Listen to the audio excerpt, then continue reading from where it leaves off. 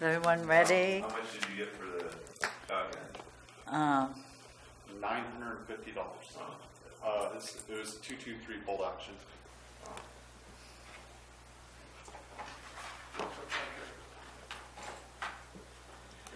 Okay. Mike, the fire chief from Mobile, walked with it. Yeah, he usually does. He does that. He the Mike does that. Have to be nice to him. If members of the public would like to zoom in on the meeting, the Zoom contact is on the agenda. I'm going to call the meeting to order.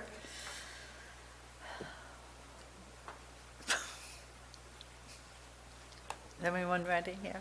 Good. Okay, thank you. We will be going into adjourning into closed session. Ms. Glammer, could you just please read the item in case any member of the public wishes to make a comment? Closed session item number 1, public employee employment pursuant to Government Code Section 54957B1, County Agricultural Commissioner, Director of Weights and Measures. And could you read the other closed session? I'm sorry, excuse me. Right. Do you want me to just say it now? Okay. That closed session item will be moved out until next week. You do number 21 and 22, please? Item 21, conference with real property negotiator Joshua Pack pursuant to Government Code Section 54956.8 regarding price and terms of payment for the following properties affected by the State Route 4 Wagon Trail Realignment Project Phase 1. County negotiators are Joshua Pack and Doken Engineering. Number 1 is Gregory D. Jordan and Nuala M. Jordan, trustees of the Jordan Revocable Trust. APN number 053-002-050. Number 2 is Wendell F. Ender and Mary L. Ender, APN number 053-002-051. Number 3 is Stephen L. Stange and Gloria Stange, trustees of the Stephen L. and Gloria Stange Revocable Trust, APN number 053-002-053. Number 4 is Scott Frazier, APN number 053-007-023. Number 5, Edward R. Titus and Erlinda C. Titus, trustees of the Titus Revocable Living Trust, APN number 053-007-024. And number 6, Tiscornia Ranches, LP, APN number 053-001-018 and 052-001-019, 053-007-011, and APN number 053-007-031. Item number 22, conference with labor negotiator pursuant to Government Code Section 54957.6 with County Designated Labor Negotiator Judy Hawkins and Shay Johnson regarding Employee Organization Service Employees International Union, SEIU, Calaveras County Public Safety Employees Association, CCP, SEA, Calaveras County Deputy Sheriff's Association, DSA, and Calaveras County Sheriff's Management Unit, SMU. Thank you. Are there any comments from the public on these two items?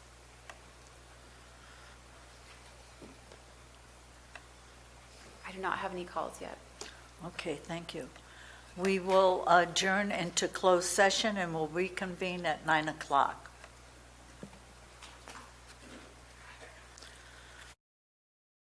The Board of Supervisors meeting, and thank you. I'd like to reconvene the Board of Supervisors meeting. If you would like to Zoom, it will be on the front page of the agenda and it will tell you what to click. Thank you. Mr. Stopper, please. Thank you, Madam Chair. I pledge allegiance to the flag of the United States of America and to the republic for which it stands, one nation, under God, indivisible, with liberty and justice for all. Thank you. I'd like to move to staff announcements. Does any staff member have something that they would like to address?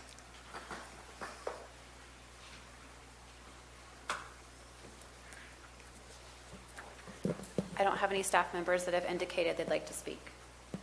Okay, thank you. I'd like to move to regular agenda part 1 and a public health update from staff on COVID. Ms. Stranger. Good morning, Madam Chair, members of the board, Kristen Stranger, Health and Human Services Agency. For today's COVID-19 briefing, I will be providing this update. So as of October 26th, 2020, a few data points to begin. California has approximately 901,000 confirmed cases of COVID-19, resulting in approximately 17,000 deaths. Those exact numbers are available on the state's as well as our local website. In terms of local information, as of 10/23/2020, we have 342 confirmed cases, 8 active cases, and 18 fatalities. Calaveras County received information as of last night that we will be moving to the yellow or least restrictive tier. Congratulations. Congratulations to the county as a whole. So we received that information late yesterday, and effective tomorrow, our county will be able to move into the least restrictive tier, where most indoor business operations will be able to open with modifications. As we know, those tier assignments are based on test positivity and adjusted case rate. For smaller counties, as I went over last week, we have had a modification in terms of the numbers of cases that we could have to account for the fact that in a smaller county, there can be larger swings to one direction or another. Calaveras County did receive word that we submitted our targeted investment plan as part of the health equity metric, and that was accepted. So kudos to the public health department who did a very good job on preparing that with a very quick turnaround and having that come into play when we were receiving our tier assignment as of this week. Locally, we are finding that we did have a dip in COVID-19 cases in the middle of October, but the case rate has begun to slowly tick up. So we'd like to remind everybody that all of the mitigation efforts that we've been discussing since the beginning, the distance, the staying home if you're sick, the face coverings, the hand washing, those all still very much remain the best practices. And by doing that, we can continue to, as a community, remain in the least restrictive tier and having most of our businesses be able to operate indoors, which is what we've been working towards, one of the measures we've been working towards. So again, remembering that those key messages that prevention is the best defense. Also, in terms of some new guidances, particularly because the holidays are around the corner, the state did release a guidance for Halloween and Dia de los Muertos gatherings that really provided some safer alternatives to some of the traditional activities, such as trick-or-treating or larger parties. And so that information is available on our website. I'd encourage the community to go take a look at it and identify, again, some safer alternatives to traditional measures. I'd also like to point out again that the state did release a modification to the gatherings guidance, which has been something that we have been, there's been a couple of iterations since the onset of the pandemic. And this information too is available on our website, but in a nutshell, it is basically says that gatherings gatherings with more than 3 households, separate households are prohibited, and that those gatherings should occur outside. So it is a safer alternative to some of the traditional gatherings that were occurring prior to the pandemic, and a movement to less restrictive operation for the in the current environment. So with that is the overarching update for COVID right now. Are there any questions? Are there any questions from the board or comments from the board on this particular part of her presentation? Okay, please proceed. Oh, Mr. Mills. Congratulations to everybody on the yellow. What is it going to take to get to a green, or is there such a thing? Thank you, Supervisor Mills. That's a great question. So actually, tier yellow, tier 4, minimal is the least restrictive tier. So we are there. There is no green tier. It goes purple, red, orange, and yellow for the current environment. So the state are they going to make any move at all towards no restrictions? Instead of least restrictive tier, something stating no restrictions? Are we talking about that at all? So in the current environment, while we still have the pandemic, very, very much a pandemic, we will be, as a state, in a environment where there is some sort of a modified way of living. which is what we're currently in. So I believe kind of what you're discussing, this concept of life back to completely how it was prior, is not likely to occur until after there is a vaccine that is available. I believe that is when we will probably move more towards the type of non-modification environment that you're describing. Thank you. Mr. Stopper. Thank you, Mr. Mills. The yellow tier is the best news I heard since May when we were able to open businesses back up. So I'm pleased to hear that. Also, I want to thank Mr. Mills for also bringing up some of the questions I have.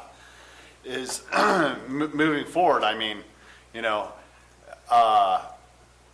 at this point, if we follow the science, we have a projected vaccine coming forward, but we don't know if that's an end-all, save-all. And when do we lay COVID-19 to rest? Now, we do see numbers spiking throughout the United States and other parts of the world, so we understand that the risk is still there, and we should be all aware of, different factors, but it goes back to the way things used to be. If you're sick, you don't go to school or work and get other people sick. At that point, you make your own judgment. But I'm glad to hear that Calaveras County has moved in the direction of, a safe direction, and our numbers are down so far as to be in the yellow tier, which is, far ahead of a majority of the rest of the state. So it does account to the fact that, beyond one perception or the other, that people are mindful of each other's health throughout our county, and we should continue in that direction so that we maintain in yellows for as long as possible until we could get into the so-called green, hopefully in the future. Thank you. Just a reminder to my colleagues that the testing center leaves at the end of this month, and if you would like to get tested in county, I recommend you go to the fairgrounds. Ms. Stranger, you have some other things to discuss, please. For this item, I don't. I do have another item right after number 2 about the interim health officer. Thank you. Yes. Okay. Are there any comments or questions from the public for Ms. Stranger on this item? I do not have any public comment online. Okay, thank you.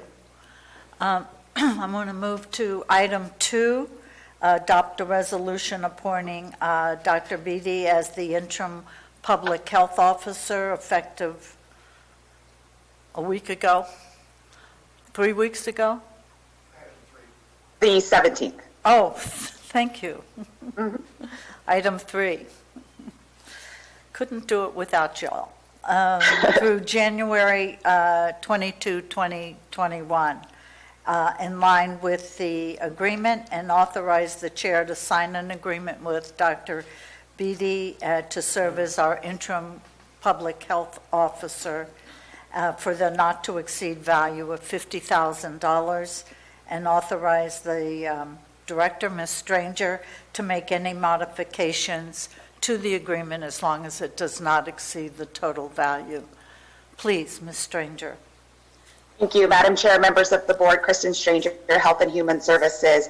So we are pleased today to bring an item to you to appoint a interim local health officer since Dr. Kaleda's resignation effective October 16th.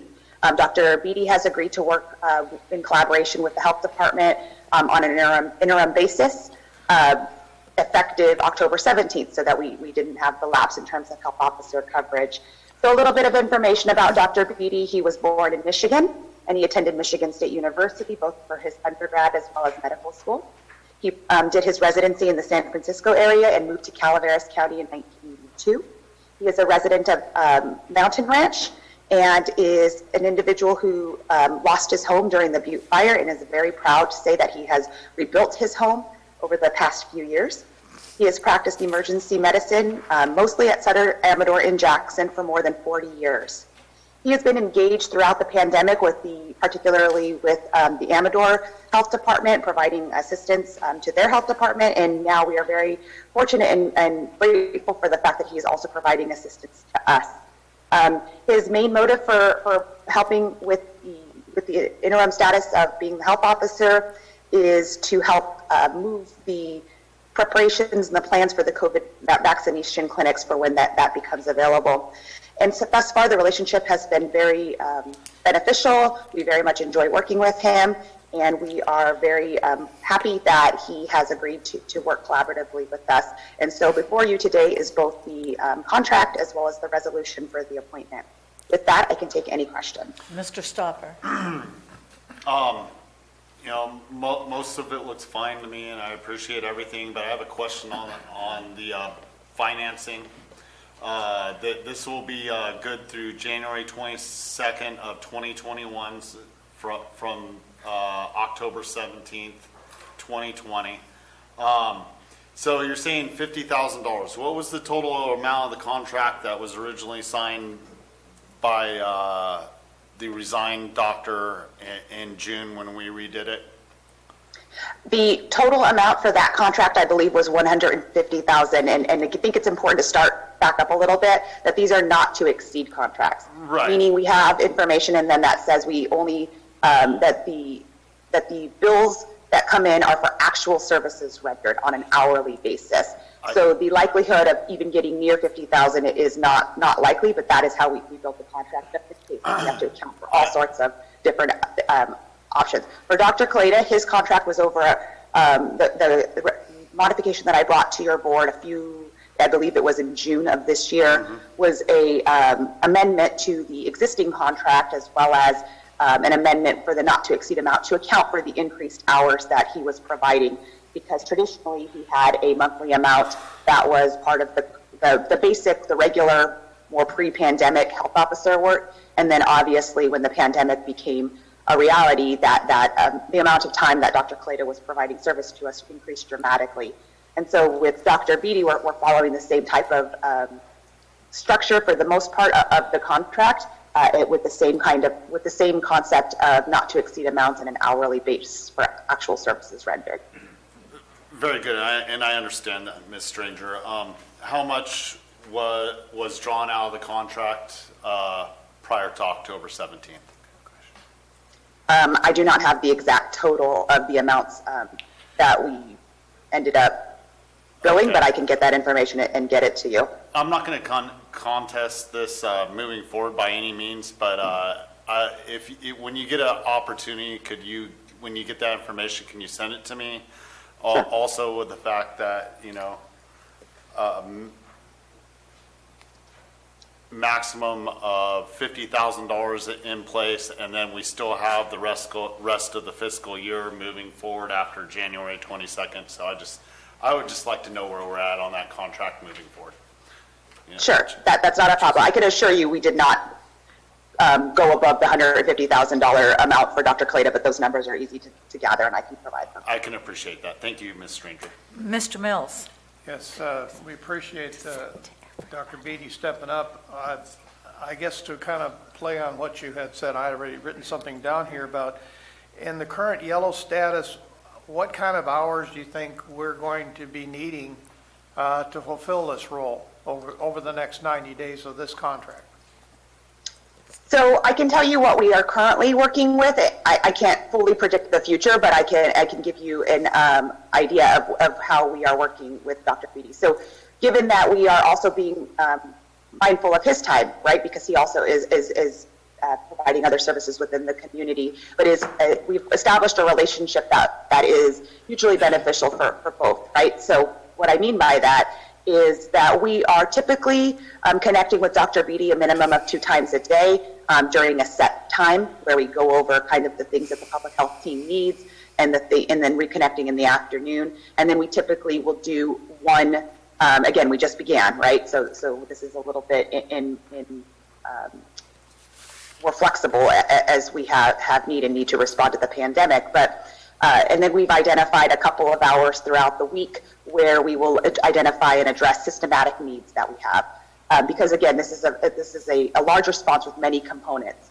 Part of the benefit of having a very strong and capable public health division with many qualified team members is that they are able to very much do a lot of the work, and then the work that we specifically need medical input on is where we are making sure to get that input from Dr. Beatty himself. And thus far, the relationship is working. So that is kind of an overview. We're looking at a handful of hours throughout the week.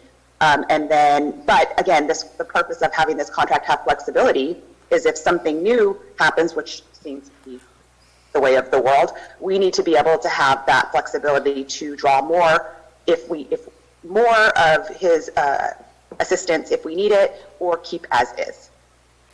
Kristen, so this really isn't this says a 7-day-a-week contract. There's going to be times where you're going to need him on the weekends just as much as you would on a weekday, correct? Yes, we have been able to, I've talked to him on the weekends. So yes, we have been able to reach out to him, and he's very flexible. Ideally, we're trying to, as much as possible, keep to those prescribed times because that's what works the best for everybody. But of course, there's always unanticipated things, and that is, he's been more than willing to help out on those times. Okay, I appreciate it. Thank you. Any other comments or questions from the board?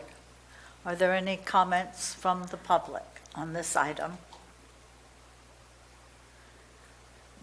At this time, I have nobody online wishing to make a comment. Okay, thank you. Ms. Stranger, thank you for everything, even finding us an interim. We appreciate it. May I have a motion on the 3 items, please? Adopting the resolution, appointing Dr. Beatty, authorizing the chair to sign the agreement, and giving the director authority to make modifications as long as it doesn't exceed the $50,000 value. I would like, Madam Chair, I would like to make a motion as Okay. just stated. Okay, a motion by Supervisor Stopper, a second. Second. By Supervisor Garamendi. All in favor? Aye. Opposed? Passes on a 5-0 vote. Thank you. Thank you. I'd like to move to general public comments.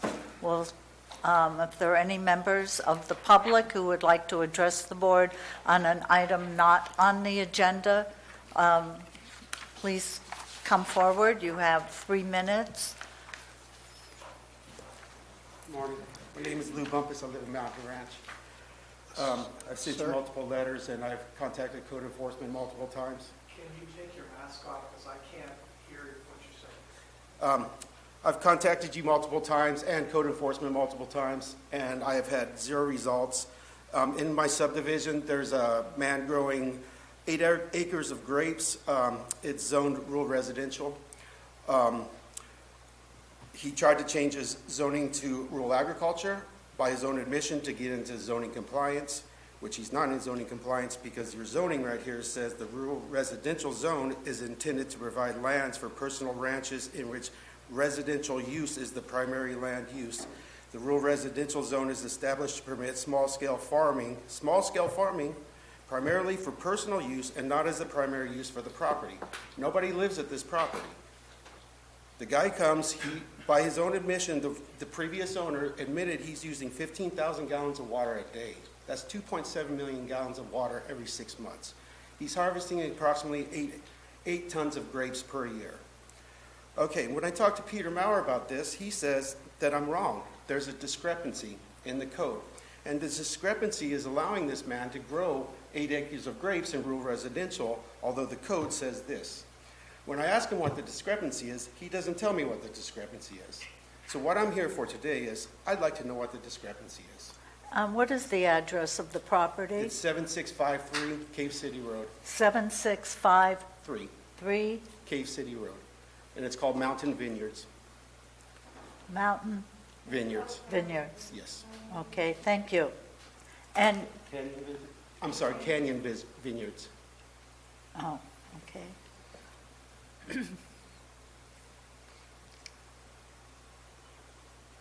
And your name, sir? Lou Bumpus.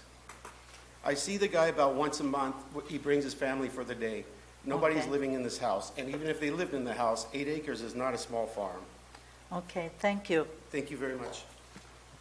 Any other public comments on items not on the agenda? Kim Bumpus, Mountain Ranch. Lou and I are married and live together. One of the things that he failed to mention is that the property owner came before the board and was denied, and then he sued the board because he felt that his denial wasn't correct. And then he turned around and sold the property out of the county. So I don't even know if the new owners are aware that there was any discrepancy in the code at all. But it is a small subdivision, and none of the other owners are using such an amount of space for agriculture. So is the issue water, or is the issue? Absolutely, the issue is water. All right, thank Three you. people have put in holding tanks in the 3 years since he was denied his code change. Okay, thank you. Thank you. Are there any other public comments? I have a handout with photographs. Okay. I'm Gary Lewis, Mountain Ranch. We live adjacent to the Bumpuses and one property away from the issue in question. I thank the board, which I addressed in 2017. 3-2 denied his application for rural agricultural. As Mr. Bumpus clearly stated, this is not rural residential use of the property. It is clearly, as shown by the photographs, most of the entire property is used for the production of grapes. And again, as Mr. Bumpus stated, no one lives at the property. This is rural residential. All of us live in this area on our property. We've had a serious reduction in water for our own uses. We have gone to the expense of putting booster pumps and holding tanks for our water. I collect rainwater. Many of us in the area collect rainwater for small irrigation for our decorative plants around the home. When this applicant was denied, he subsequently, one, sued the county and went ahead and planted 22 more rows as shown on this photographs. What he is saying to the rural residents is this, to the rural residents: I'm going to do what I want because I was told I could. I didn't tell him that. None of the other residents told him. He's told the board, I don't care what you say in denying me. I'm going to plant 22 more rows. I ask this board to seriously look into this matter and respond, which Mr. Maurer has not. In January and in May, I applied, and my wife applied, filling out this complaint form. No response. We didn't get any response from Maurer's office. We would like a response and something done to cease and desist this improper and immoral and lack of consideration to the property owners who are the rest of us. Thank you. Thank you. Are there any other public comments on items not on the agenda? Ms. Glanville, is there anyone on the line? No, there is not. Okay. Seeing any more public comments, I'd like to move to the consent agenda. Oh, Mr. Mills already has his light on. The consent agenda is normally routine, non-controversial, and will be acted on at one time by the board unless a board member besides Mr. Mills would like to pull an item from the agenda, or a member of staff or the public. Mr. Mills. I see you're still smiling, Madam Chair. Number 8. Pardon? Number 8. Number 8. Okay. Any others? My colleagues have any others? Does staff have any item they would like pulled? Does any member of the public like to pull an item off of the consent? Okay, thank you. May I have a motion on the balance of the consent agenda? We move the remainder, Madam Chair. Thank you, Mr. Mills. A second? Second. Second by Supervisor Stopper. All in favor? Aye. Opposed? Passes on a 5-0. Mr. Mills, item Yes. 8, please. Item number 8 has to do with the position control list. Again, these are 2 limited term and 1 limited term analyst. The point is that it has a defined date on it as to how long that these positions would be in effect. I am more concerned that, to be sure that we are not allowing these positions to go beyond the funding that is going to be in place for the positions. So I'm not certain that a date is the correct thing to have here, but more to state something about the funding that drives these positions. Ms. Hawkins or Ms. Stranger, or if you're on the line, Ms. Hawkins? I'm going to go ahead and let Kristen go ahead and talk about the funding for these positions. I think that would be more appropriate. Good morning, Madam Chair, members of the board. Kristen Stranger, Health and Human Services. So Supervisor Mills, forgive me if I missed a component of your question. When we switch over to the presenter mode, I lost a little bit of it, but I believe what I heard was a question about the concept of a date as opposed to a funding amount, correct? That's correct, because right now it says that it's a date certain. If the funding runs out before that date, how are we going to fund it? So it's a very good question, thank you. The positions themselves, when we built out the budget based off of this ELC Public Health Department funding that's coming from the state and from the state for the purposes of doing a COVID-19 response, we accounted for the fact of the fully loaded costs throughout this time frame. So while I completely understand what you're saying, the amount of money that we've projected to cover and we've budgeted for will cover the cost through this time. I believe his question is, what would be the impact at the end of that time frame? And should that be put in the resolution, Mr. Mills? It calls them limited term positions. Yeah, they're limited Right. term positions, but I think that, Madam Chair, you're correct in where you're That's trying the to same take it. thing that we discussed Last on week. his last on the last position. That's right. When Ms. Stranger. There's one Ken. key difference is that the last one we discussed did not say limited term on the positions, which is the difference. Yes, But they were Supervisors. grant funded. They were, but it was a particularly different grant for a much longer term and a different focus. This particular grant, we received the funding quarterly. And so this, like I said, this money does back up to the amount that we'll receive quarterly. Supervisor Mills, a potential option could be that we could add into the recommendation with a sunset date of X, Y, and Z, or at such time that the funding is expended. Some sort of language like that could be added.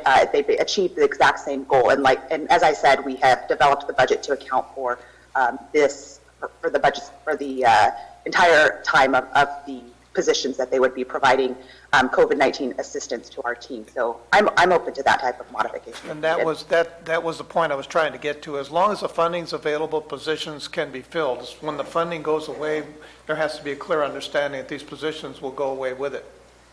Yes, I believe we're saying the same exact thing, and I'm of the same understanding, so I don't have a issue if there's those words added to the recommendation. So what I'm trying to say is they're funding dependent, not date dependent. Understood, but they're the same thing, because the date is matching up to when the funding is coming. But I understand your point. You're saying that is if the funding was to go away for whatever reason, we don't want to have these positions on the still here as part of the limited term. So you're trying to prepare for all the potential instances, correct? And that is my point, is there's no guarantees that all of those conditions that the state is giving us right now will be met 6 months, 9 months, a year from now. I just want to be sure the language is in there that everybody's clear and understands that it is all fund dependent and not date dependent. So if the state does make any changes, you're not scrambling to try to fill this void. Understood. Mr. Stopper? This might be as much of a question for HR as it is for you, Ms. Stranger.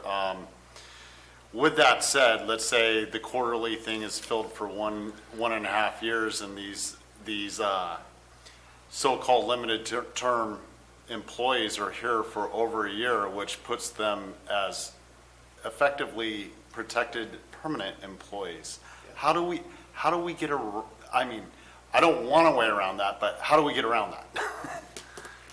So, Supervisors, Vice Chair Stopper, typically for grant-funded positions, they are not considered permanent at all. And we do try to put a sunset date on them, or not let them go over 3 years, because employees in limited term positions do not have all of the same benefits as permanent employees. And with limited term positions, so say something happens, something comes up, and 1 year from now, the funding goes away, then we can terminate the employee because their position is dependent on the funding from that grant. And if something happens and it goes away prior to when it was expected, we still can eliminate the position. Okay, thank you. That's a very good answer, Ms. Hawkins. And with that, I don't need to talk about eliminating positions much more than that. It's kind of a morbid topic, so. Mr. Tuffanelli, you had a question? Well, I was just going to ask Dennis what he's proposing here. Are you still keeping the sunset date and just adding, or Right.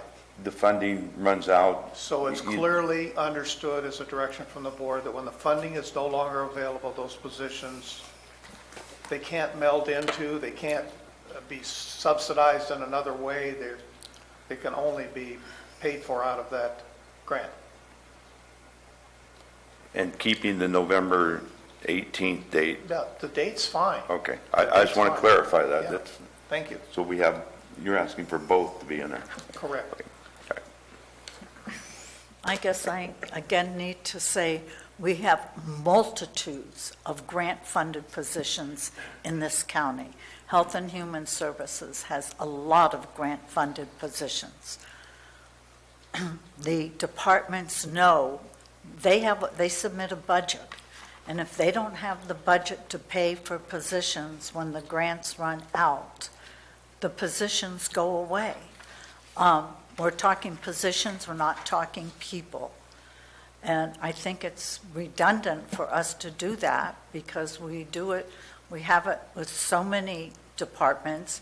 We have the obligation as the board at budget to review the position control list. If the position control list said this is a grant, shows that they're grant-funded positions and they no longer have funding, then that would be in the position control list in a department's budget. I don't feel a need to add anything more to the resolution on the grant-funded position. Our department heads know that if they don't have the money and the grants go, then those positions go too.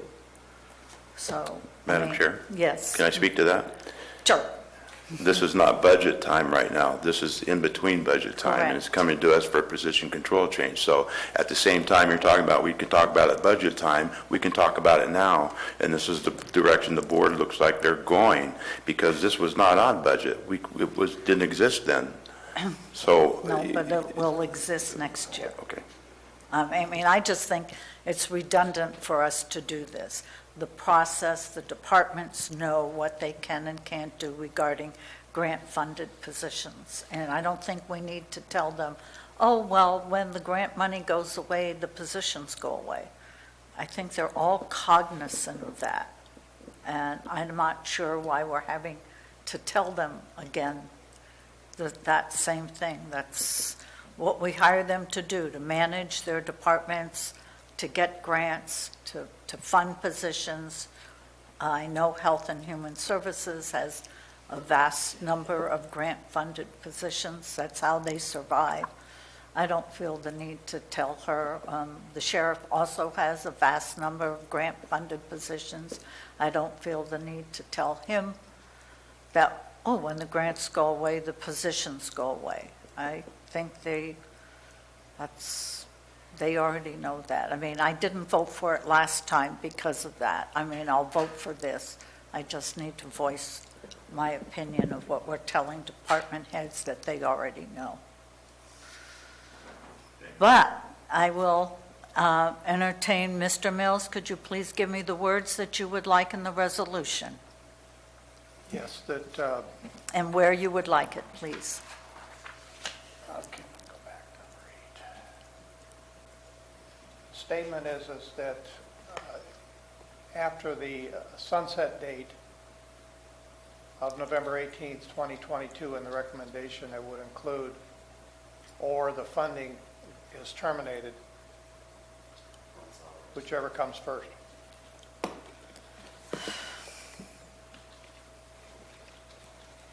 And that would be my motion. It's effective, approves it effective November 7. It doesn't give on the sunset date. resolution. No, the sunset date on the recommendation is with the sunset date of November 18, 2022. I guess what I'm asking is, did you want that in the resolution? Yes. Madam Chair, Yes, Mr. I have a Garamendi. question regarding the resolution changes. What if we put that language in, what if this grant is extended? We just terminated it regardless of funding availability, whichever comes first, I think. I agree with Madam Chair, this is a completely redundant exercise. But how would your resolution, Supervisor Mills, affect it if, for example, in the next 2 years, this program is extended? It ends, oh, sorry, that's it. That's why I asked about the date being in it, because it could get extended. Did he want both the date and the money? It could get extended, you're absolutely right. So I was, There's a reason they put the 2022 as the 3-year term that Ms. Hawkins had brought up earlier when I had asked my question. So that needs to be in there so that they can start it back over when the money gets continued. So this will be brought back before us, from my understanding, in 2022. Is that correct, Ms. Hawkins? Yes, it is. Thanks. That's why that date's there.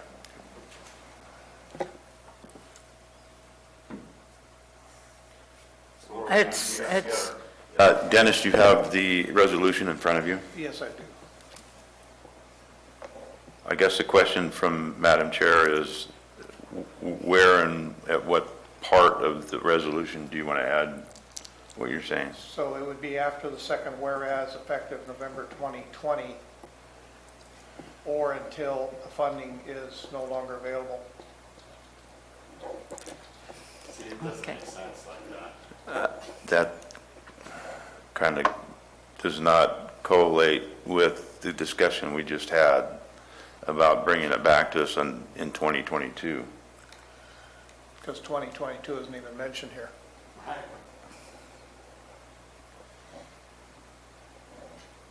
Ms. Hawkins, do you have any ideas? So what about effective November 7 through November 18, 2022, or until Such time. the funding is no longer available is not available on this current grant. on this current grant. That's excellent. That's an excellent way to put it. Any other modifications? I just have another question I need to add to this, because the recommendation isn't necessarily reflected in the resolution, Got it. but that's. Go ahead.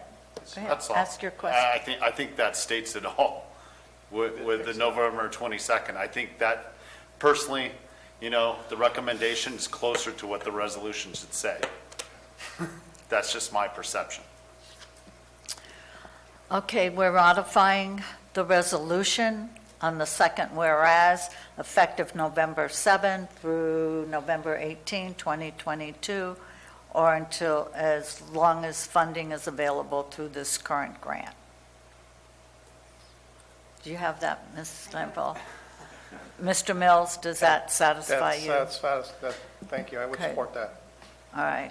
And that is a motion. So, oh, yes, thank you very much. Are there any public comments on this item?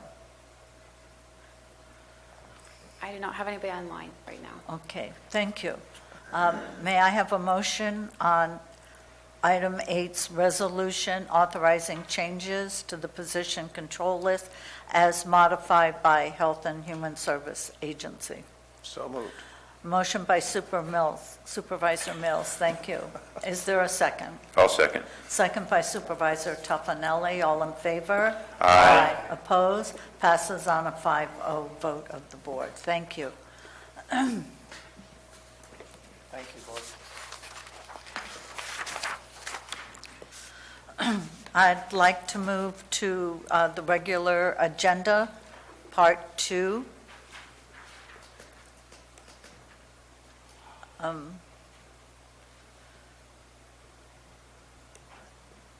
Ms. Galano, did you want to tell us how you would like to proceed? This is a, excuse me, a presentation on the 2020 Calaveras Visitors Bureau.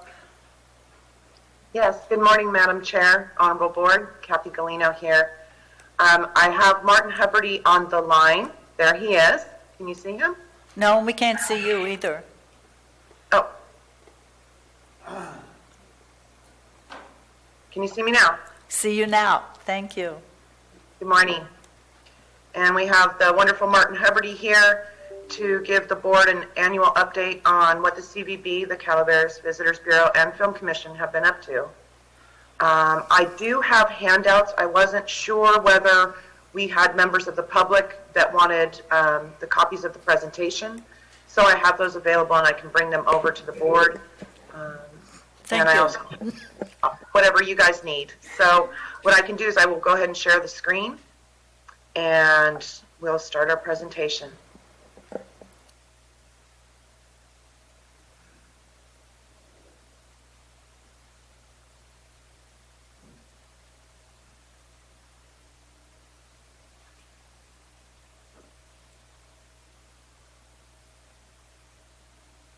Can you see the screen? Yes.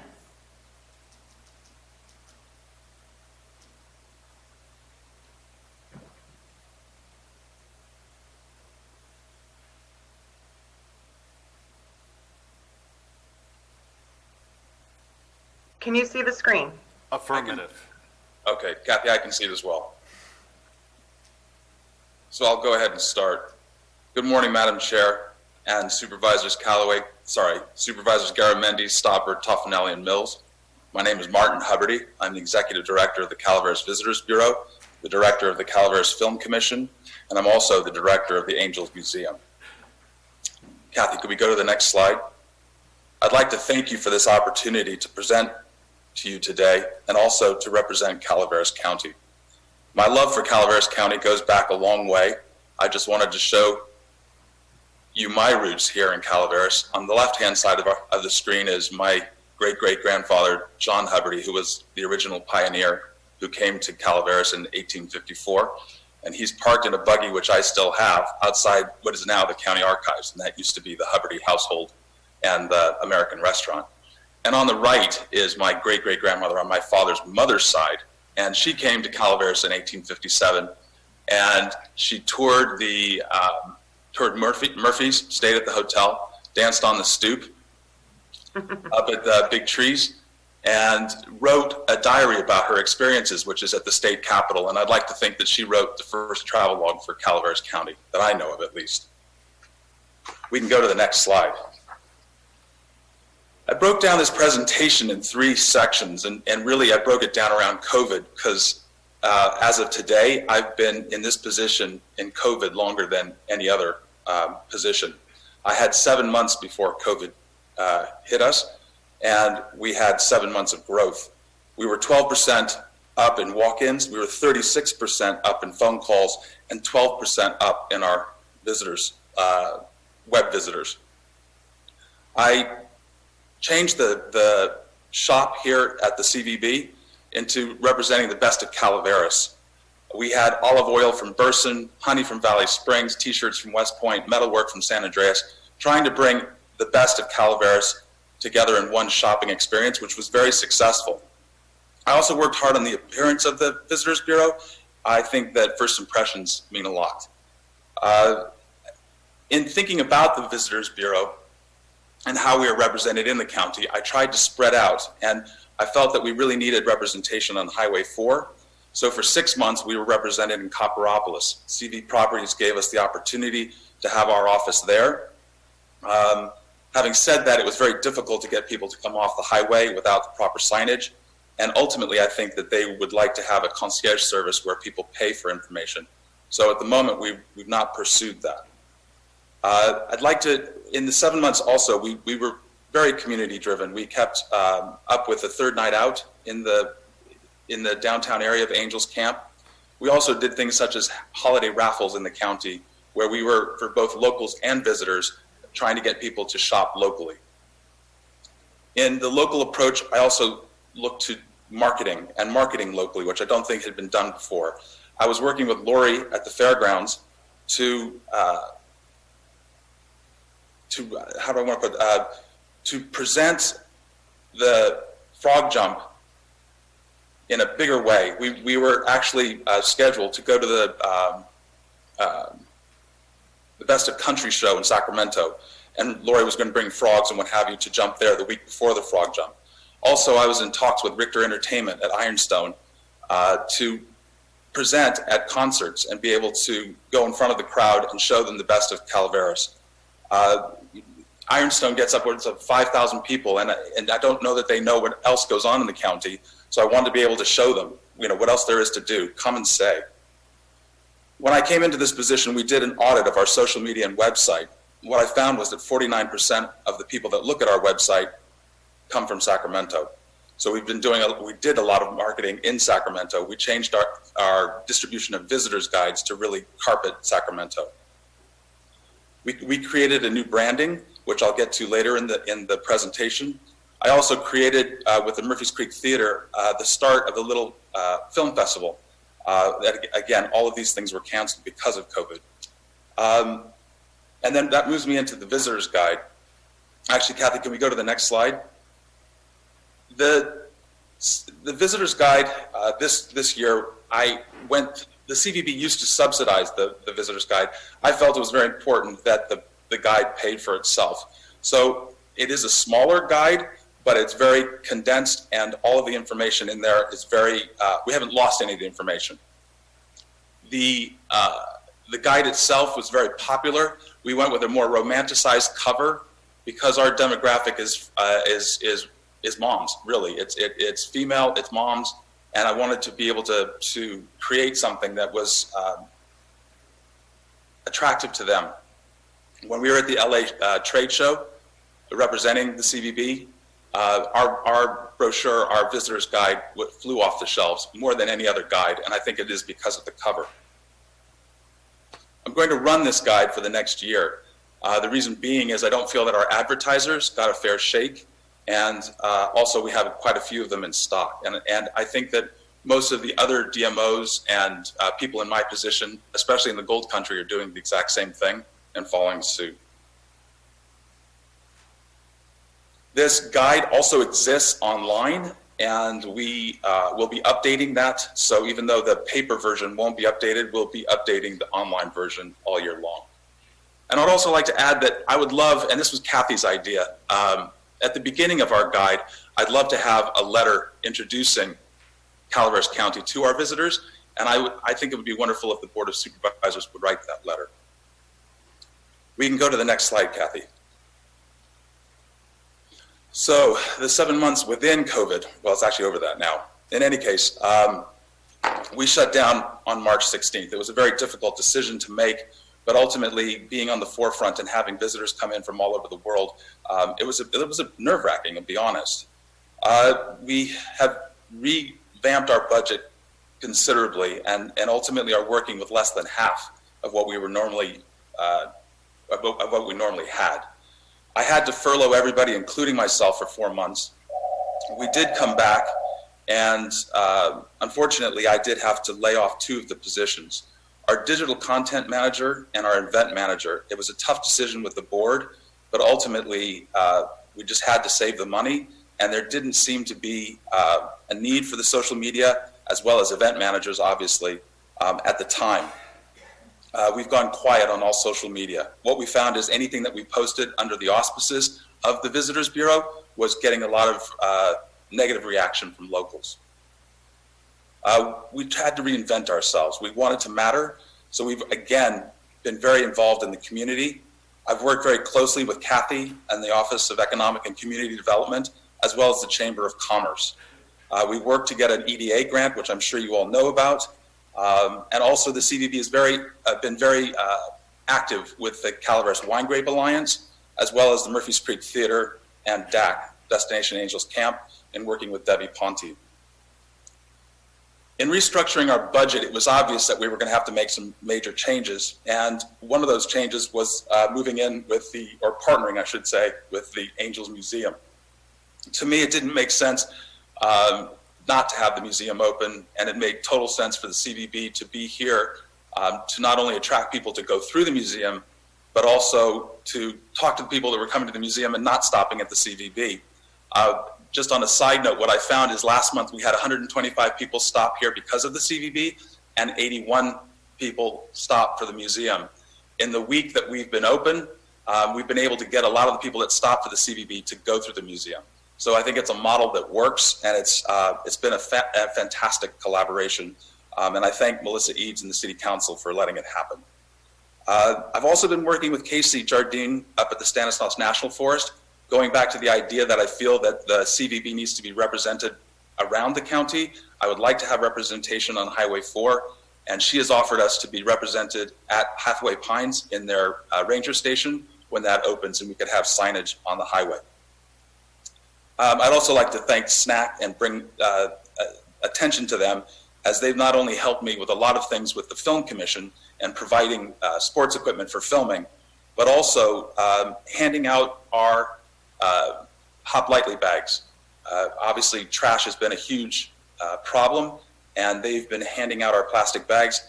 And most people say, well, the people that go to SNAC are the least likely to litter, but I argue that they're also the most likely to pick up garbage. I've been working closely with Morgan at the Chamber of Commerce, and we did our State of the County 11 interviews, which was a lot of fun and a wonderful way of being able to do the State of the County virtually this year. The CVB board has been incredibly supportive.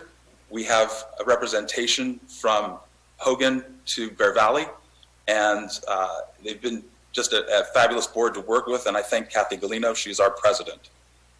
In part of reinventing ourselves during COVID, Lori Giannini and I have been doing drive-in movies out at the fairgrounds, and it's been incredibly successful.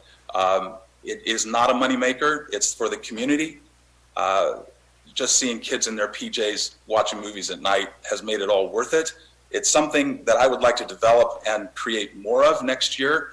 And hopefully next year we don't have to be in cars and we can actually just do it outside movies. But it's something that we can do around the county and not just in Angels. I'd love to be able to see this. I was talking to Mary Jane Ginocchio about possibly doing it in Moke Hill, close down Main Street for the night and show a movie.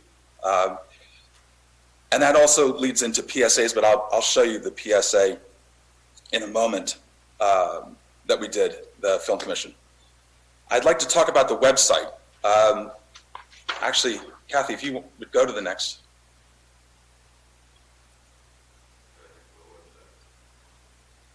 Kathy's actually going to show you what the website looks like now. And it's a little stuttery. It does, when you click on it yourselves, it doesn't jump like this. In any case, I felt it was very important to show people when they come onto the website what Calaveras has to offer, but also subliminally, I think it was very good to be able to show people wearing masks and being socially distanced and showing our outdoor spaces. One of the reasons for updating the website was to make the navigational more, navigating around the website easier for people. And this is actually a very easy website to use, and you can create your own itineraries. And also, Kathy, I don't know if you can scroll down, but if you go down to the map, for example, just trying to make things simpler, just down a little bit more, and doing things in terms of time as opposed to mileage. For example, when you say here at the CVB that Angels, you go 9 miles up the road and you're in Murphy's, people from LA think that's going to take an hour. It's like, no, that's like 9 minutes up the road. In any case, I would encourage you all to please look at the website. If you have any questions or issues, to let me know and we can update them. We do have the company that created this on a retainer, and we're constantly working on it. Kathy, we can go to the next slide. And this just shows you some of the movies. We just showed Toy Story 4, and we also had Beetlejuice as well. So for the 6 movies, I'd love to be able to show at least 10 around the county next summer. We can go to the next slide.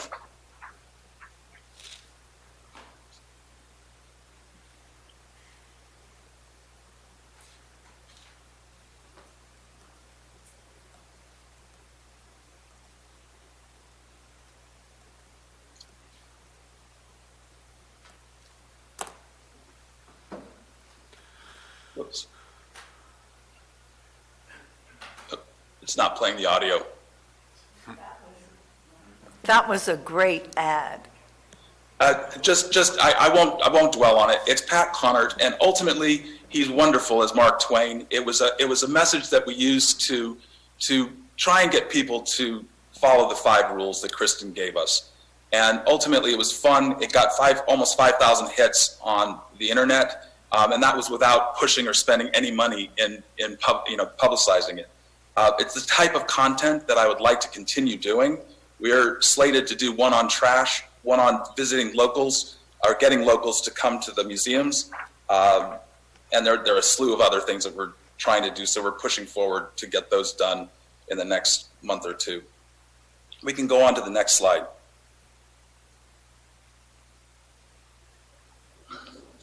And this is the third section of COVID that I want to talk about, which is the future and where we're going from here.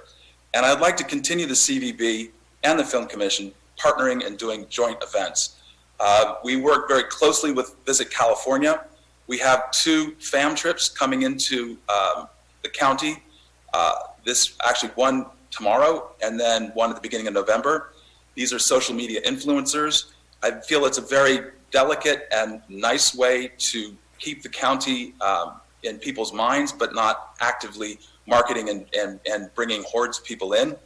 And Visit California, again, has been an amazing organization to work with. I also work with the GCVA, which is the Gold Country Visitors Association. And as I say, ACT road trips, I'm working constantly with Amador and Tuolumne and creating ideas for people for road trips. Obviously, road trips are huge at the moment, and we are talking about collaborating as well in pooling our resources to do safe road trips. What I think ultimately is going to happen, or just a guess, I guess I should say, is that once people can travel again, they're going to disappear. And what's going to bring people back to Calaveras are our landmark events. And I feel very strongly that we keep our marketing dollars safe right now because we're going to need them when this time comes. And events like Lumberjack Days, Murphy's Irish Days, the Frog Jump, those are what we really need to be promoting and spending money on getting people to come back when the time comes. I also really want to work on activating locals now. When was the last time that you actually came to the museum and hung out downtown? I'd like, obviously it's tough times, but I'd like to be able to have locals really just in the museum alone, just come back to the museum. We are being very, very cautious. There's a very strict protocol that we follow. And I think it's a wonderful way to keep our head above water at the moment. I will go back into wayfaring signage. That's my big bone of contention. I would like to make sure that we can get better signage for our tourists. The other DMOs in California, the destination marketing organizations, are not necessarily working and spending money on attracting visitors. They're really spending time and money on creating their infrastructure to make visitors have a great experience while they're in their area. And for me, that means better signage, getting to 4 and 49 and letting people know that there is downtown Angels there. Murphy's is difficult because the signage is there, but it's small and bitty, and there's so much that visitors get lost. I've had friends come from Europe. When I was living in Europe, I said, you have to do Highway 4, stop at Murphy's and go up over the Ebbets. And they'd come back to Europe and I'd say, did you enjoy your trip? And what did you think of Murphy's? And they said, oh, well, it was a gas station and a couple of hotels. We just kept going. Better signage. McCullum Hill, better signage. The signs are there. It just needs to be more coherent. And actually, I'd like to see it almost reflect if we could bring the ore cars back in. I mean, they're so wonderful at the beginning of our county. If there was a way that we could actually use the ore car to introduce our towns. Continue on with the Film Commission. Before COVID, I had worked with Tuolumne County, and we had a familiarization trip that was supposed to be happening, and unfortunately we had to cancel it. But I'd like to bring location managers up from LA. I'd like to see commercial and feature film location managers come see our area. It's really important. It's where it all starts with filming.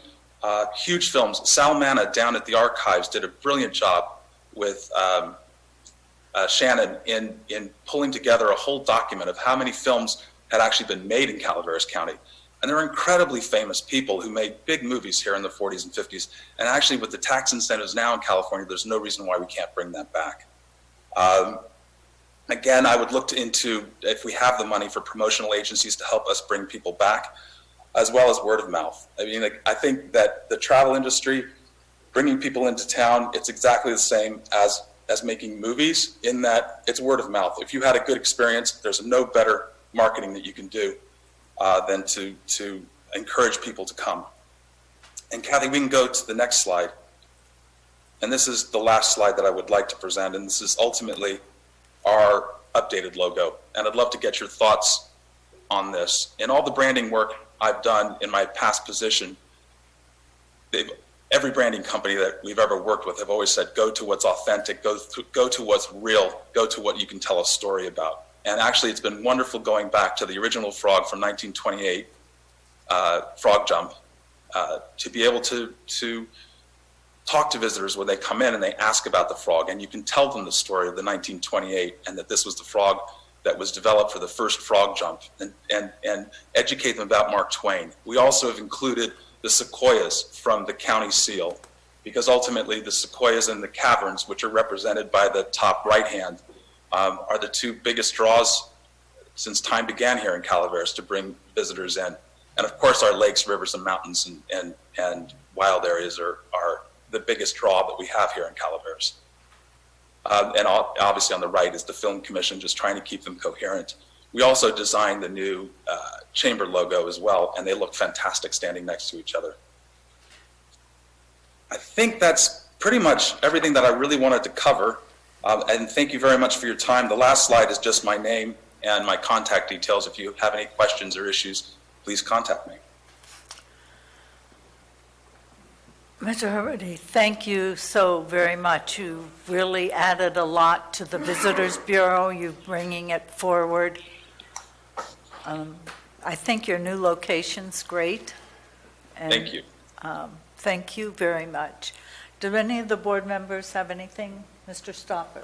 Thank you, Mr. Hubbard. Your family tree is truly impressive. Its roots run very, very deep in Calaveras County into the 1850s. That's long-standing. I mean, it's pretty much as long-standing as most of us can be without being native. To go on, understanding the hurdles and everything, I mean, you weren't even into your first whole year being in your position, and COVID-19 came along and blindsided all of us. So I understand where you're coming from, and you know, it's been quite a change in dynamics for everyone, and I appreciate you stepping up to the plate and everything you've done that you can underneath the circumstances. To move on, I mean, this is a bell that's been rung many times. Supervisor Toffanelli's brought it up in the past. I brought it up in the past. I believe Supervisor Garamendi some years back has brought it up. You brought up representation in Hathaway Pines, Casey Jardine stepping up. I believe we just appointed her to Parks and Recreation, Ms. Yes. Calloway. Very good lady. I met with her up there. You know, it's great to have members of our community involved. It's great that CV Partners has stepped up in Copperopolis. We have representation also from the Angels City Council and Angels Camp. This gives us the Highway 4 corridor. And once again, this doesn't speak too much to the Tri-Lakes area, McCalmy Hill, for instance, the McCalmy River. Although I know we aren't forgotten.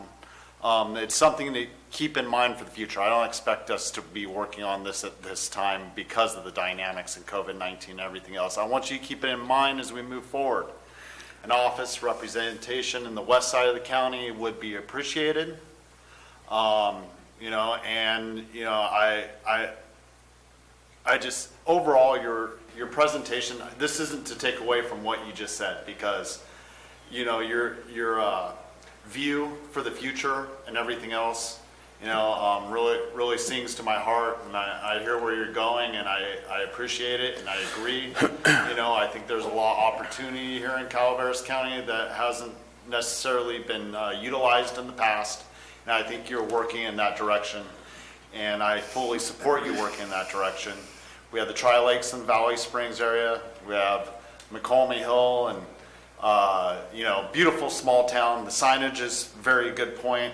One thing I think McCalmy Hill has done for themselves is a picture of the Hotel Leger on the road, so you actually get an idea. There's something down that Main Street road right there, not just the highway while you drive by, because the beautiful trees on the sides of the road hide everything there, as opposed to other places. So just thank you for your work. Just a few small seeds I want to plant for reminders for the future. And, you know, I look forward to working with you more in the future also, Mr. Liberty. Thank you. Thank you, Supervisor Stopper. Could I just add that my office is in San Andreas, and that I am working with the Chamber, and hopefully we had talked about possibly setting up another Best of Calaveras shop at the Chamber. I'm not sure that that's going to happen, but ultimately we will be able to have guest services there at San Andreas as well. So it is definitely on my mind. Thank you. Mr. Tuffanelli. Yes, Mr. Hubbard, thank you very much for your work. You're very dedicated, and you have brought a lot to the table for CVB, even though we are going through this pandemic. So I want to thank you very much for the work you've done, and you've established here in San Andreas. You have very well aware of that. I just have a couple of comments. One on your website that you flashed through there and all the things that were happening there. You asked for comments on it. I did not. It went through pretty fast, but I didn't see anything from the Western Tri-Lakes area at all on there. Maybe we get some pictures of Hogan Lake or Comanche Lake or something on there. Again, you may have it. I didn't see it. At least there is activities there. And there is an annual fireworks show over Hogan, maybe a picture of some fireworks over Hogan or something like that on that website. I'd surely appreciate it. The other thing is you asked at the beginning for a letter from the Board of Supervisors for your guide, an opening letter. And I would like to volunteer that Ben and I write that letter. No. That's suspect. At least start the initiations of some type of letter, and we can bring it to the board. But they're not going to, he's not going to do a thing until another year. Well, give us a year to write the letter then. Well, actually, I can include the letter in the digital version. We are updating our digital version. So, yeah, if that letter could manifest, that would be wonderful to be able to put it in now. Well, we'll do a group letter. I promise to think about you, Jack, also when we're working on Yeah, it. I gotta admit, I get a little suspect when you jump too quick. Yeah, I know, I did too. This makes me nervous. I just brought it up. I had the first opportunity to say so, that Ben and I would volunteer for this letter.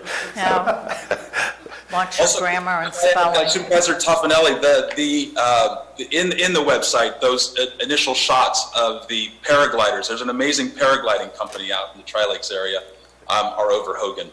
Oh, great, good. Thank you. Right there, Hogan. And that's all I had. You're doing a great job, Martin. Absolutely Thank you. wonderful job. And once we get through the pandemic, I know all the groundwork you're laying now will certainly help this county moving forward in retaining our businesses and in retaining people coming back, not just for a single visit, but coming back to Calaveras County. So thank you. Thank you. Mr. Mills. Yes, Mr. Hubbard, I know I haven't met you, but I certainly can see you're putting your stamp and your personality on the direction that this needs to go. Oftentimes, I say in Copperopolis that we have too long looked at these communities as being waypoints to recreational areas somewhere else, and that they need to be viewed on our side first as a destination and not a waypoint. And once we start to change our perception, then we'll project that in how we deal with our visitors. People recreate in very different ways in our communities, whether it's to be in the winery areas or to be up in the mountains or in the lakes, whatever it might be. But the goal should be always in creating a memory. Some people like the idea of familiarity. They go places that they are comfortable in and they're familiar with. And getting them to stretch their legs outside of those boxes and to explore new areas and to say, yes, I like the forest, but I only like this part of the forest, is really where we're struggling right now, and trying to get them into those new areas and seeing other pieces to the large dynamics. We are very unique. We are like the Disneyland of nature here in Calaveras County. And if we could just understand how unique this territory is in relation to many, many other parts of the United States. When you go to Europe, you can see it as well, but we are unique in that way, and if we could project to those people that potentially come and make use of our area, maybe they want something more than just a ride on the teacup. And if we could show them what that is, they might buy into it. Saturday Hopper is a great tool that we've used and utilized, especially for those people who go up to Murphy's. But maybe that's something also to look at expanding. How do we get back to the ski bus that we had years ago? How do we get back to large events at Frogtown that we used to do in the late 70s and early 80s? Those are all of those pieces to the puzzle. So like I said, you and I have never met, but these are things that you're starting to put your stamp on, and hopefully it will achieve good results. But as you know, oftentimes things take time, and having COVID in the middle of it hasn't given you a whole lot of opportunity to really showcase what it is that could be done. I love the idea of the ore carts around each town, so that people who are visitors here kind of can relate to what our history is and be able to put that in their repertoire. Maybe it's not the idea of just going to a lake. Maybe it's the idea of when I go to the lake, I'm going to stop and remember all of the other things. People forget about what the town of Maloney's was and the opportunity that was down there before that lake went underwater. how do we remind them of what that history is? That's really a part of what visitors will want to come and see us and see what we are. So thank you for your work, and looking forward to some great things from you in the future. Thank you, Mr. Supervisor Mills. I couldn't agree with you more, and I also just want to say thank you. You were the first person that invited me into this position, your email. Mr. Garamendi. Thank you, Madam Chair. And Martin, thank you so much. I love where you're going. I think you really do get Calaveras. And because of all your experience outside Calaveras, you have a good feel for what's going to bring people back. So I agree with a lot of what's been said here today. I do have to question the Disneyland of nature, Dennis. Where is the bear country? You know, who gets a small world? Pirates of the Caribbean, Swiss Family Robinson. I think I can place several of those in my district. But it's neither here nor there. Maybe if you go to the museum in Angels Camp, you'll find them. But, you know, and I do like the logo and being consistent with things like the core or carts and other stuff. And you know, I have gotten comfortable with the Chamber of Commerce's new logo. It was a bit of debate in the Garamendi home. Is that really a Bret Hart purple, or is that a blue? Well, we hope, it's purple. We landed on the blue and say it's okay. But just to let you know, that did go around the dinner table, but I just want to encourage you, and thank you very much for the presentation today, Martin. Thank you. Thank you, Supervisor. Mr. Huberty, are you purple or are you red? I'm actually blue at the moment. It's freezing in here. Oh, God.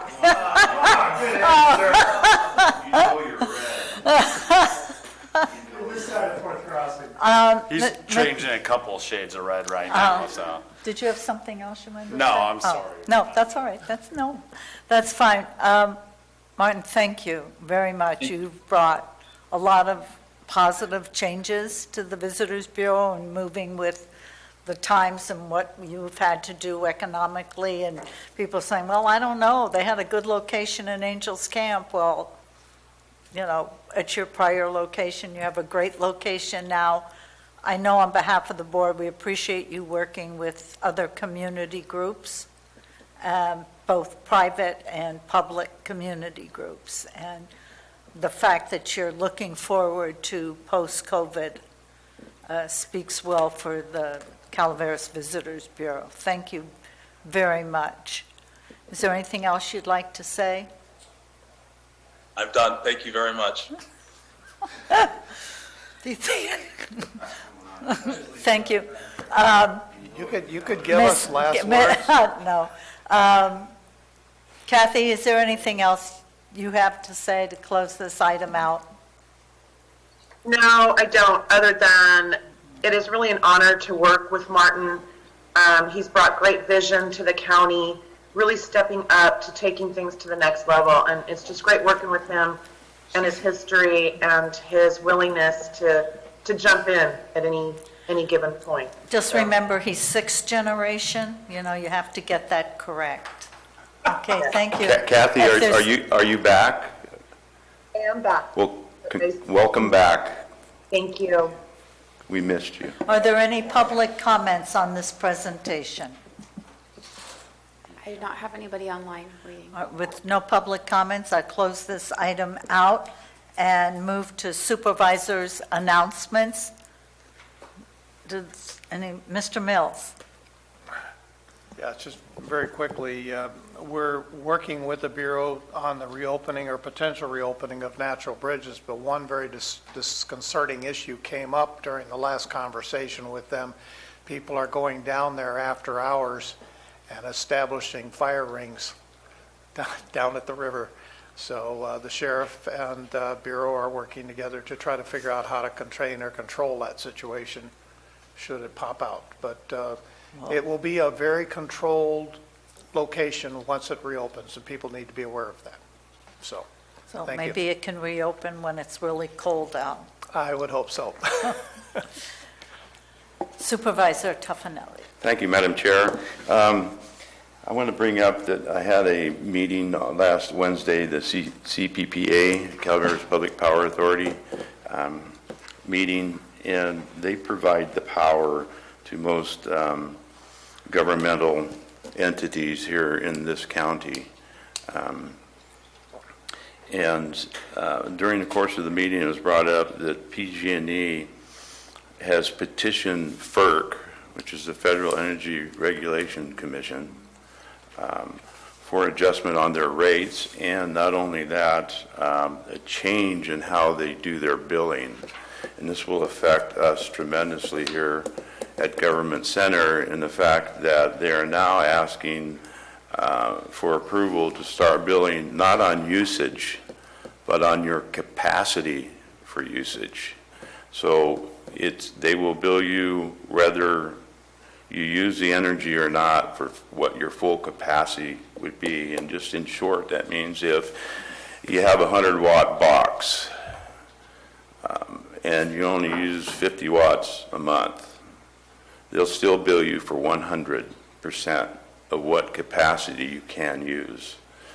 And what that translates into, we get, CPPA transmits power to these government agencies, including Government Center here.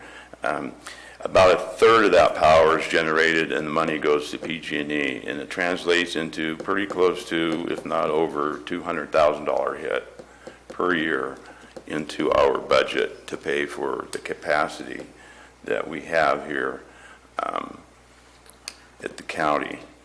So that would be into our budget on a yearly basis if they are successful in having FERC approve it. Now, there are several larger agencies throughout the state, very large, much like San Francisco and the Bay Area and Pleasanton, and we've joined forces with those CPPAs and hired a law firm to represent us. These hearings with FERC are going to be taking place during November and December. We will know by the end of December, 1st of January, more about whether FERC has approved it or not, or what portion of their proposal FERC has approved. They've submitted, PG&E submitted a 2,000-page proposal backing up their request to do this. It's quite extensive. Our law firm is putting together our counter proposal for all the other agencies that have joined with us to submit to FERC. And then there'll be a series of hearings at FERC being conducted probably in San Francisco concerning this. This is part of the move for PG&E as they came out of bankruptcy. How far it goes, I don't know. I don't know if their plans are, if this is successful here, whether then it will move to public, commercial, what, I don't know at this point. It hasn't become clear, but they have proposed to do this here. And again, it would be around $200,000, if not more, hit to our budget yearly. I thought I would bring that out and let everybody know that's happening. It will affect, because it's a third of our billing, it will affect the payback on the loan on energy savings for air conditioning units that we got to do, at least a third of that. So it could extend that loan payment back from 10 years to maybe up to 15-year payback, because we're no longer receiving any credits. And what this actually does, it doesn't give you any incentive to save power. The thoughts are going to be, if I'm going to pay for it, I'm going to use it. So when PG&E puts out alerts saying we have high energy consumption, you need to save power, you need to turn things off so we have enough to generate it, are you going to actually turn lights off? Are you going to turn air conditioners off? Are you going to save power knowing that you're going to be paying full capacity regardless if you use it or not? It could mean large power outages in the future. Talk about PSPSs, it could be large because of it. So there's nothing in their proposal that when we have to cut back, then that would help us? Not to our knowledge. But again, it's a 2,000-page proposal. Going through all of it is very time consuming, but during the discussions that we had, and I called Dennis back several times during the course of last week and this week, and asking questions on it, no, as far as we know, there's no incentive to conserve power during those times. They're going to bill 100% for whatever your capacity you have, whether you use it or not. It's very concerning. I was at a function that McClintock was at on Saturday, and I brought it up to him at that time. It's maybe something we can talk to Mia about and have her look into or lobby. Again, the hearings will be taking place next month, November and December.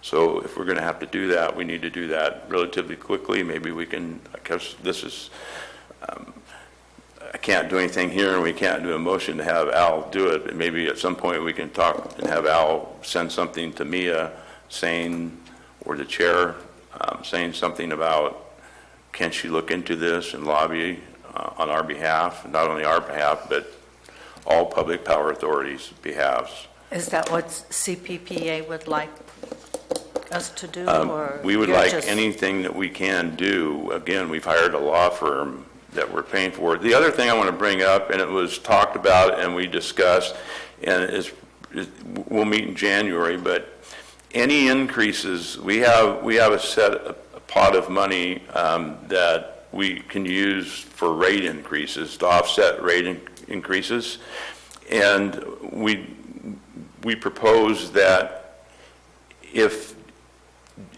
this takes place in January or February, it looks like, because we asked for a 5-month extension, they set their proposal on September 15th. We asked for a 5-month delay in anything that they do, any rate increases, which starting September 15th, which take us to February 15th. So any increases that come out of FERC or come forward from here on, we will cover, CPPA will cover through June 31st. So it won't hit us on the current fiscal year. CPPA has funding for any of those increases, and it looks like overall CPPA, overall, it's going to be about a $500,000 hit to all these agencies. You're talking about Bret Hart, Calaveras, all these small CCWD. Districts, they all CPPA power.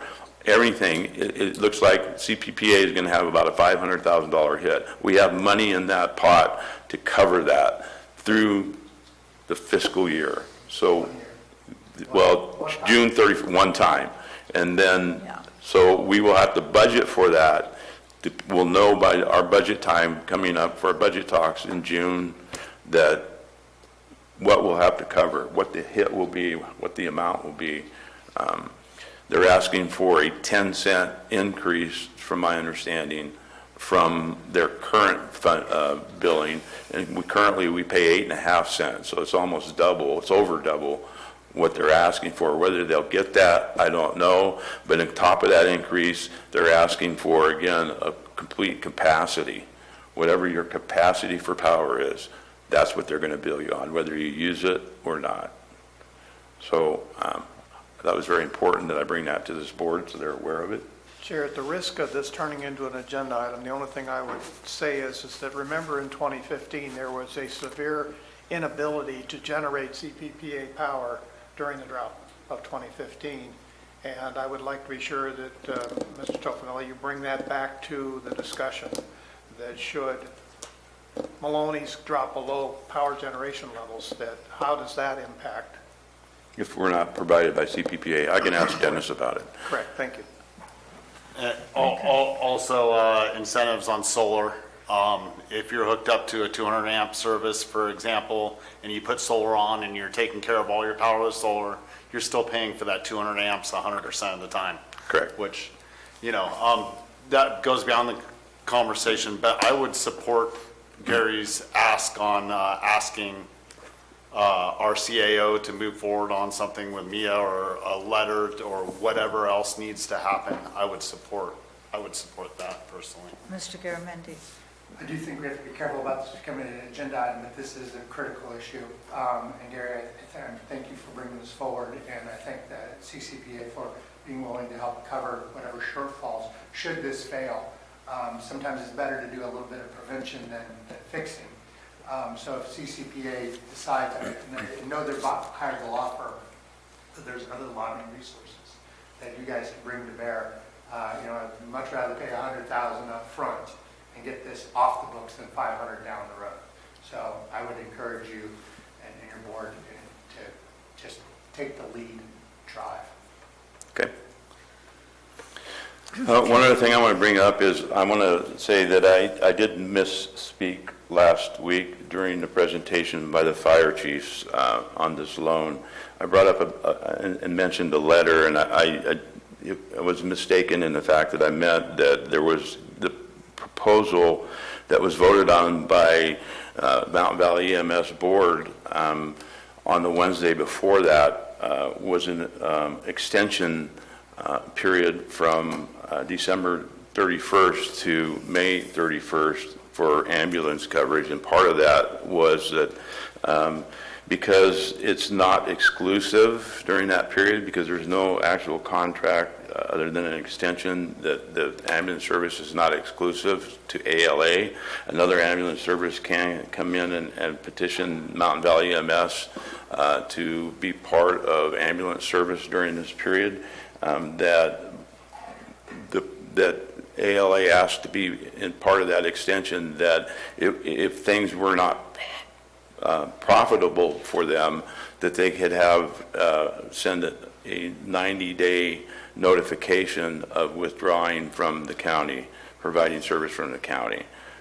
That was the gist of what I was trying to say. So I want to just bring up that I did misspeak on a letter that was presented. It was part of the contract extension. So that's all I have. Mr. Stopper, nothing else? No. Mr. Garamendi, nothing else? Okay. If there's no further comments from the board, I would like to adjourn back into closed session for item 21. Okay, thank you. Thank you.